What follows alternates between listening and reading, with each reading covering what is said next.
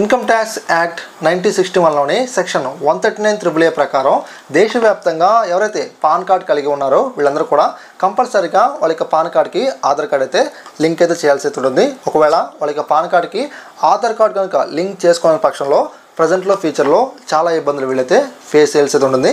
గతంలో income tax department వారు మనం ఒక్క రూపాయి కూడా పే చేయకుండా ఫ్రీగా పాన్ ఆధార్ లింక్ చేసుకోవడానికి అవకాశం మనకైతే కల్పించడం జరిగింది. సో చాలామంది కూడా లింక్ చేసుకున్నారు, చాలామంది కూడా అవేర్నెస్ లేకపోవడం కారణంగా లింక్ అయితే చేసుకోలేదు. సో దీనివల్ల 500 రూపాయల లేట్ పెనాల్టీ పే చేసి మీరు పాన్ ఆధార్ లింక్ చేసుకోవచ్చని ఇన్కమ్ ట్యాక్స్ డిపార్ట్మెంట్ వారు మనకు అనౌన్స్మెంట్ అయితే చేయడం జరిగింది. సో చాలామంది కూడా 500 రూపాయలు లేట్ పెనాల్టీ పే చేసి పాన్ ఆధార్ లింక్ చేసుకున్నారు. చాలామంది కూడా లింక్ చేసుకోలేదు అనే ఉద్దేశంతో 500 రూపాయలకి మరో 500 రూపాయలు యాడ్ చేసి టోటల్గా మనకు 1000 రూపీస్ లేట్ పెనాల్టీ కింద మనం చలానా పే చేసి పాన్ ఆధార్ లింక్ చేసుకోవడానికి ఇన్కమ్ ట్యాక్స్ డిపార్ట్మెంట్ వారు మనకైతే అవకాశం కల్పించడం జరిగింది.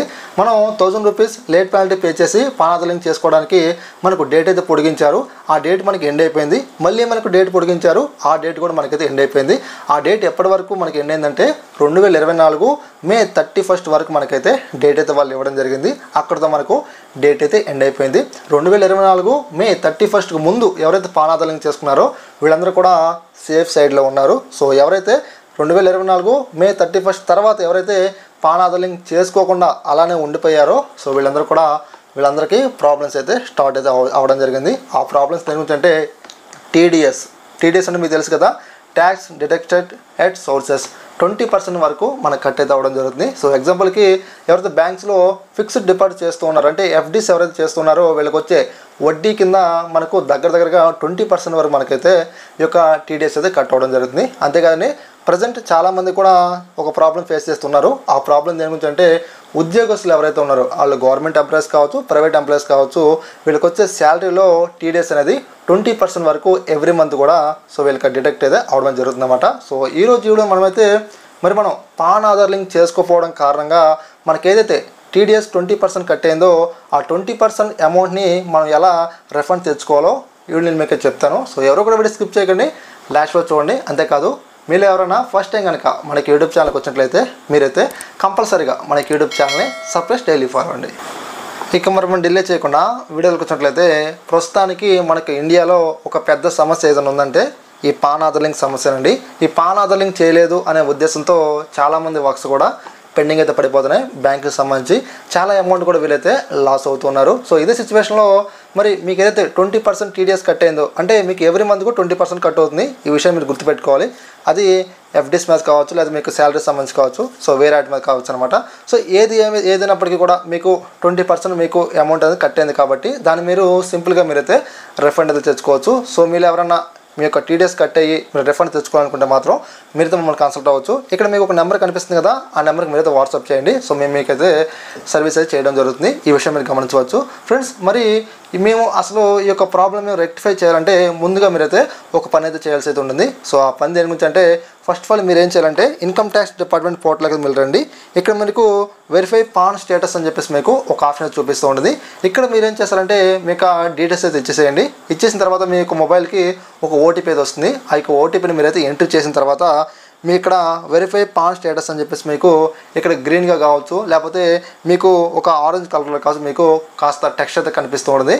ఇక్కడ మీకు ఏం కనిపిస్తుంది, PAN is active but details are not as per PAN. Note PAN of the taxpayers is operate as it is not linked with Aadhaar అని చెప్పేసి మనకు చూపిస్తుంది. సో ఇక్కడ మనకి ఏం చెప్తారంటే మీ యొక్క పాన్ కార్డులో ఆధార్ కార్డులో డీటెయిల్స్ అనేవి సో మీకు మిస్ మ్యాచ్ అయితే ఉన్నాయి. సో మీ యొక్క పాన్ కార్డ్ అనేది ఇన్ఆపరేట్ అయితే అయిపోయిందని చెప్పేసి మనకు ఇలా చూపిస్తుంది అనమాట. సో ఇలా ఉంటే మాత్రం మీకు ఏదైతే 20% కట్టిన టీడీఎస్ దాన్ని మనమైతే రిఫండ్ అయితే తెచ్చుకోలేం. ఈ విషయం మీద గుర్తుపెట్టుకోండి. మరి మనకు ఎలా ఉంటే స్టేటస్ అనేది మనకు రిఫండ్ అవుతుందంటే ఇక్కడ మీ డిస్ప్లే మీద చూపిస్తాను చూడండి. వెరిఫై పాన్ స్టేటస్ దగ్గర PAN is active and details are as per PAN అని చెప్పేసి సో ఇక్కడ మనకి ఏం చెప్తారంటే మీ యొక్క పాన్ కార్డ్ అయితే యాక్టివ్ అయితే అయ్యింది యాజ్ పర్ డీటెయిల్స్ ప్రకారం. సో గతంలో మనకి ఏం చెప్పారు, ఇన్ఆపరేట్గా ఉందన్నారు. అంటే మనకు డీటెయిల్స్ అనేవి పర్ఫెక్ట్గా లేవు. సో మీరు పాన్ ఆధార్ లింక్ చేసుకోండి అని చెప్పేసి మనకు చెప్తున్నారు. అంటే ఫస్ట్ స్టేటస్లో మనకు డియాక్టివ్లో ఉంది పూర్తిగా, కానీ సెకండ్ స్టేటస్లో మాత్రం మనకి పాన్ కార్డ్ అయితే యాక్టివ్ అయితే అయిందని చెప్తున్నారు అనమాట. మరి మనకు ఇలా ఇన్ఆపరేట్ నుంచి యాక్టివేషన్ మోడ్కి రావాలంటే మనం కంపల్సరీగా పాన్ ఆధార్ లింక్ అయితే చేయాల్సి అయితే ఉంటుంది. సో మీలో చాలామంది కూడా పాన్ ఆధార్ లింక్ అవ్వక చాలామంది కూడా ఇబ్బంది పడుతూ ఉన్నారు. వీళ్ళందరూ కూడా మమ్మల్ని అయితే కన్సల్ట్ అవ్వచ్చు. సో చాలామంది కూడా మేమైతే సర్వీస్ అయితే చేయడం జరిగింది.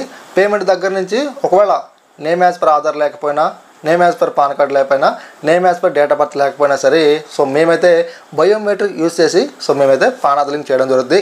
ఒకవేళ మీరు కనుక మాకు అందుబాటులో లేకపోతే మాత్రం మీ యొక్క పాన్ కార్డులో మేమైతే డీటెయిల్స్ అనేవి మేము కరెక్షన్ చేసి మీకు 100కి 100% పాన్ ఆధార్ లింక్ అయ్యే విధంగా మేమైతే మీకు సర్వీస్ అయితే చేయడం జరుగుతుంది. ఈ విషయం మీద గుర్తుపెట్టుకోండి. ఇంకంతే కదండి, మీకు పాన్ ఆధార్ లింక్ అయితేనే ఏదైతే మీకు ఎవ్రీ మంత్ కూడా 20% టీడీఎస్ కట్ అవుతుందో వాటికి మీరు రిఫండ్ కోసం అప్లై చేసుకోవడానికి సో మీరైతే అర్హులండి. అంటే పాన్ ఆధార్ లింక్ అయితేనే మీరు టీడీఎస్కి అప్లై చేసుకోవడానికి మీరైతే అర్హులు అనమాట. ఈ విషయం మీద గుర్తుపెట్టుకోండి. మీరు ఎవరికైతే టీడీఎస్ డిటెక్ట్ అయిందో సో వీళ్ళందరూ కూడా రిఫండ్ పొందాలనుకుంటే మాత్రం ఇక్కడ కనిపిస్తున్న నెంబర్కి మీరైతే వాట్సాప్ చేయండి. సో త్వరగా మీరు రిఫండ్కి అప్లై చేసి మీ యొక్క అమౌంట్ని మీరైతే రిటర్న్ తెచ్చుకొని చాలా హ్యాపీగా మీరైతే మీ యొక్క లైఫ్ని మీరు కొనసాగించండి. ఓకే ఫ్రెండ్స్, ఇలాంటి ఎన్నో ఇన్ఫర్మేషన్ వీడియోస్ కోసం మీరైతే కంపల్సరీగా మన సాయి థింగ్స్ యూట్యూబ్ ఛానల్ని సబ్స్క్రైబ్ డైలీ ఫాలో అండి. Thanks for watching. మళ్ళీ కలుద్దాం, గుర్తుపెట్టుకోండి.